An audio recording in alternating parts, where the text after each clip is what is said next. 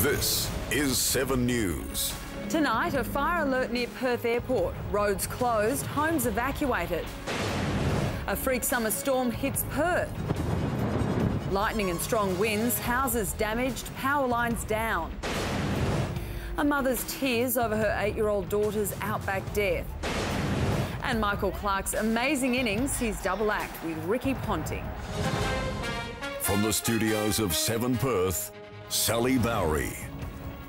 Good evening. There's a bushfire alert as we go to air, and residents in Cloverdale are being evacuated. The blaze flared up this afternoon near Perth Airport. Passengers were delayed by road closures and traffic jams. Reece Whitby reports. Let's get the latest from Jessica Vanderin in the 7 News helicopter. Jess, have they got the fire under control?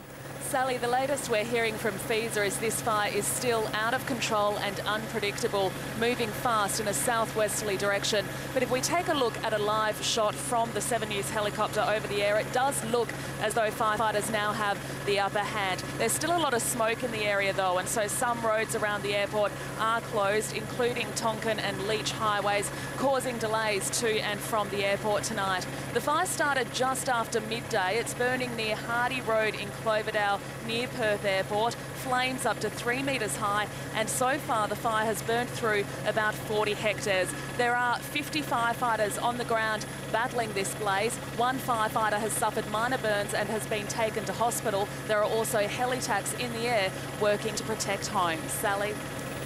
Thanks, Jess. The lightning sparked one of those bushfires was part of a ferocious summer storm that hit Perth overnight.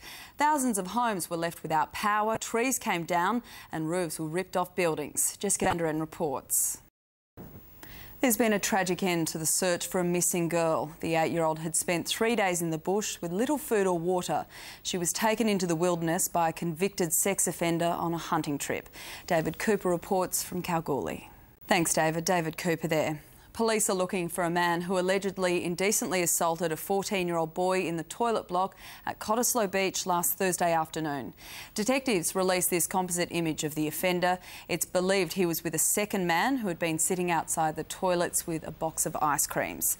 Anyone with information is asked to call Crime Stoppers. 2 Perth men, one clocked speeding at 199 kilometres an hour, are the first to face punishment after being nabbed by a new fixed speed camera. As Samantha Jolly reports, both men had their cars seized under our Hoon laws. Let's get an update now on that fire near the airport. Kate Smithers, you're at the evacuation centre. That's right, Sally. The evacuation centre has been set up at Forster Park in Cloverdale. It's been open for about an hour. Residents in McLarty Place and Towie Street have been asked to leave their homes as the smoke in that area was quite heavy. However, anyone who feels unsafe or needs assistance is welcome to come down. There's about 24 people here already. There's food and water for them. They are welcome to spend the night if they need to. Now, the strong winds are blowing some of the smoke in this direction, but at this point, the fire is at least 2 kilometres from the evacuation point. Sally? Thanks for the update, Kate. A woman's been killed after she was hit by a car in Midland. The 74-year-old was walking across Lloyd Street about 8:30 this morning when she was hit by a Suzuki Swift. The driver helped at the scene, but the elderly woman died later at Swan Districts Hospital. All we know is the lady was crossing the road and she's been struck by a vehicle. The driver was interviewed by police and let go without charge. Mazda sells cars with the slogan Zoom Zoom, and now they've zoomed right past Holden as Australia's biggest selling car.